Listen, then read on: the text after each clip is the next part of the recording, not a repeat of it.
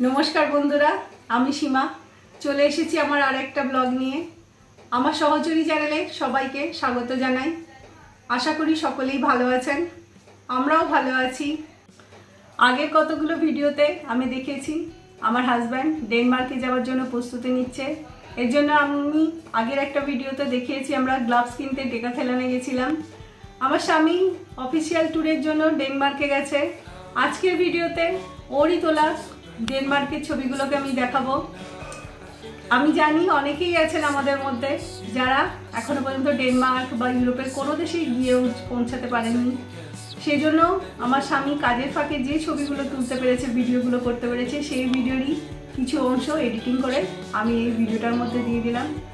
আর এই ভিডিওটাতে সুইডেন ডেনমার্কের সমস্ত ছবি দিয়েছি বলেই আমি আমার ঘরোয়া ছবিগুলো আজকে আর দিলাম না। যে অন্যদিন যেমন থাকে আমি কি রান্না করেছি, কি খেয়েছি, সেই সমস্ত কিছু দিলাম না। শুধুমাত্র ইউরোপের এই দেশটা যেটুকু ভিডিও পেয়েছি সেই ভিডিওটাই এর মধ্যে দিয়ে আমি সবাইকে দেখাতে চাই। আশা করি আপনাদের এই ভিডিওটা ভালো লাগবে। ভালো লাগলে আমার চ্যানেলটাকে লাইক করে দেবেন, সাবস্ক্রাইব করবেন আর শেয়ার করে দেবেন। আমার হাজব্যান্ডের তোলা ভিডিওগুলো দিয়ে দেখতে থাকি আর কিছু এই স্ক্যান্ডিনেভিয়ান দেশগুলো সম্পর্কে ইনফরমেশান দেওয়ার চেষ্টা করি। যদিও আজকাল গুগলের সমস্ত ইনফরমেশানই পাওয়া যায়, তবুও আমার হাজব্যান্ড গিয়েছিল, ও কিছু ইনফরমেশান গ্যাদার করেছে, সেটা আমিও চাই আপনাদের সাথে শেয়ার করে নিতে এই ভিডিওর মাধ্যমে। চলুন তাহলে দেখা যাক আমার স্বামীর তোলা ডেনমার্কের ফটো। ভিডিওটা শুরুতেই দেখাই ডেনমার্কের রাজধানী কোপেনহেগেন শহর। এটা কোপেনহেগেন শহরের ভিডিও। শহরের মধ্যে দিয়ে আমার হাজব্যান্ড আর তার বন্ধুরা সবাই যাচ্ছে। এটা কার্লসবাদ, যেখানে রাত্রিবেলা আমার স্বামী আর তার সমস্ত সহকর্মীরা মিলে ঘুরছে। এখন ইউরোপের এই দেশগুলোতে ক্রিসমাসের সময় চলছে, তাই শহরপত্র লাইট দিয়ে সুন্দর করে সাজানো রয়েছে, যেগুলো দেখে মন ভরে যাবে। এটা ওখানে দেশের একটা ঘোড়া রাস্তা বল।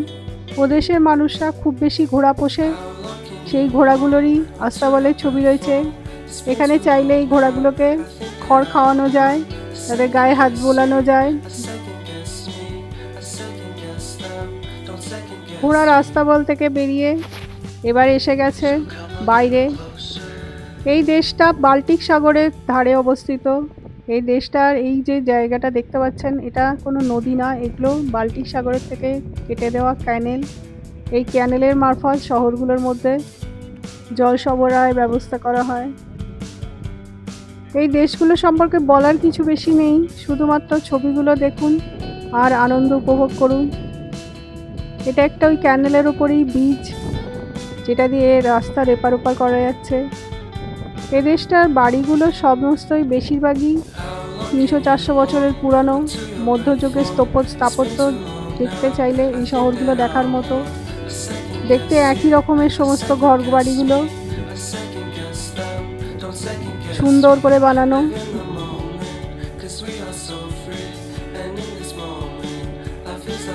নদীর ওপার থেকে বা ক্যানেলের ওপার থেকে যেগুলো দেখা যাচ্ছিল ঘরগুলো, সেই ঘরগুলোই আবার এপার থেকে ছবি তুলেছে। প্রচণ্ড ঠান্ডা ওখানে এখন। ক্রিসমাসের এই ডিসেম্বরগুলোতে প্রায় টেম্পারেচার মাইনাসে নেমে যায়। আমার হাজব্যান্ড পৌঁছাবার পরে একদিন টেম্পারেচার -1-এ পৌঁছে গেছিল। সেই জন্য সবাই ওখানে এখন এদেশ থেকে যারা গেছে তারাই মাথায় মানকি, টুপি, সোয়েটার, জ্যাকেট সমস্ত কিছু পরে আছে। শীতের সময় বলে গাছগুলোর পাতাগুলো পুরো হলুদ হয়ে গেছে, ঝরে পড়ছে। দূরে এইগুলো অফিস বিল্ডিং আছে, কিছু কিছু মল, এই সমস্ত আছে। পুরনো শহরের সাথে নতুন বিল্ডিংও এখানে প্রচুর দেখতে পাওয়া যায়। সব রকম মিশিয়ে শহরটা অত্যন্ত দুর্দান্ত। সকালবেলা যেগুলো দেখা গেছিল সেইগুলোর অংশটাই রাত্রিবেলা আলো ঝলমল করছে। ক্রিসমাসের সময় ওখানে রাস্তাঘাট, বাড়ি ঘর সমস্ত কিছু আলোতে আলো। আমাদের দেশে দুর্গাপুজো বা দিওয়ালির সময় যেমন আমরা সাজাই, ইউরোপের এই দেশগুলোতে ক্রিসমাসটা ওদের মেন উৎসব, তাই ওরা এটা সময় খুব ভালো করে সাজায়। দেখতে খুবই ভালো লাগে।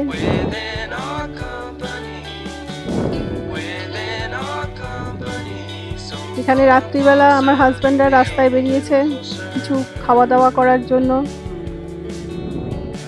বিভিন্ন ছোট ছোট স্টল রয়েছে, এগুলো বেশিরভাগ ক্রিসমাস উপলক্ষেই বসেছে। এখানে খাবার দোকান। রাত্রিবেলা ডিনার করতে বেরিয়েছে আমার হাজব্যান্ড আর তার বন্ধুরা।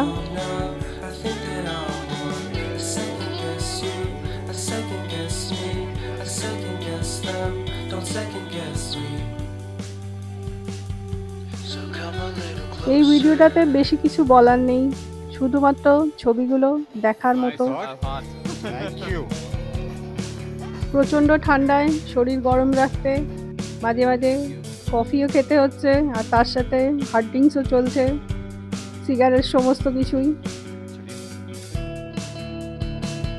আমার স্বামী এদেশে ব্যাঙ্গালোরে যখন থাকে তখন বলে কোথায় ঠান্ডা কোথায় ঠান্ডা, এখন দেখে বোঝা যাচ্ছে ঠান্ডা কাকে বলে। আর গিয়ে ঠান্ডাতে একেবারে জবথুবু। আগের দিন যে ক্যানেলটার পাশ থেকে ছবি তুলেছিল, এখন সেই ক্যানেলটার মধ্যেই বোটিং করাচ্ছে সবাইকে। এদের এখানে ক্রুজের মতো ব্যবস্থা করা আছে, ছোট ছোট ক্রুজ যেগুলোতে উঠে লোকেরা সমস্ত ওই ক্যানেলগুলোতে ঘুরে বেড়ায় আর শহরটাকে দেখতে থাকে। এই ক্যানেলগুলোর উপরে পুরনো আমলে ছোট ছোট ব্রিজ বানানো আছে, কিছু নতুন ব্রিজ আধুনিক আমলের, কিছু পুরনোগুলো দেখতে বেশ সুন্দর। চলুন আমরা এই ব্রিজগুলো দেখতে থাকি, আর আমরাও মনে করি আমরাও ঘুরে বেড়াচ্ছি এই সাথে।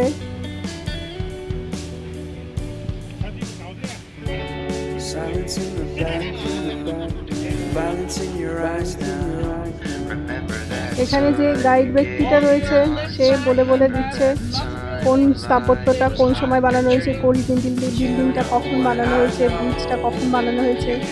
এই যে এগুলো সমস্ত ছোট ছোট ক্রুজ, এই ক্রুজগুলোতে করেই ঘোরানো হয়।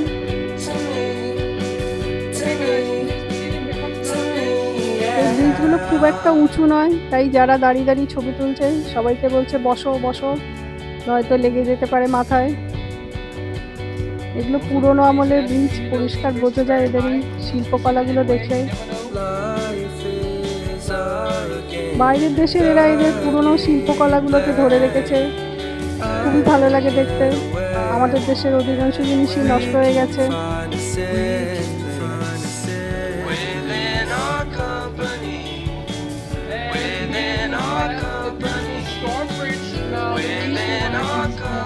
এই সেই ঘরগুলো যেগুলো ওপাশ থেকে ক্যানেলের ওদিক থেকে ছবি তুলেছিল, সেগুলোরই কাছে পৌঁছে গেছে।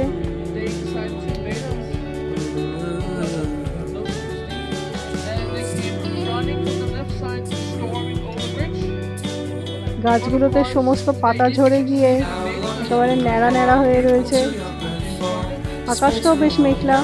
হাজব্যান্ডের কাছে শুনেছিলাম একদিন নাকি বৃষ্টি হয়েছিল, ওখানে বৃষ্টি মানে স্নোফল, কিন্তু সেটা খুব একটা বেশি হয়নি বলে ও বেশি ছবি তুলতে পারেনি। এদিকটা পুরনো শহরের বদলে নতুন শহর। এই গাইড বদলেও কিছু বলে বলে দিচ্ছেন।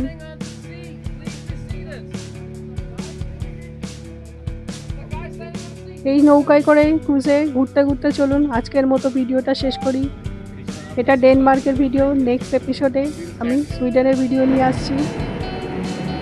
আশা করি ওটাও আপনাদের ভালো লাগবে, দেখতে থাকবেন আমার ভিডিওগুলো। নমস্কার, গুড নাইট।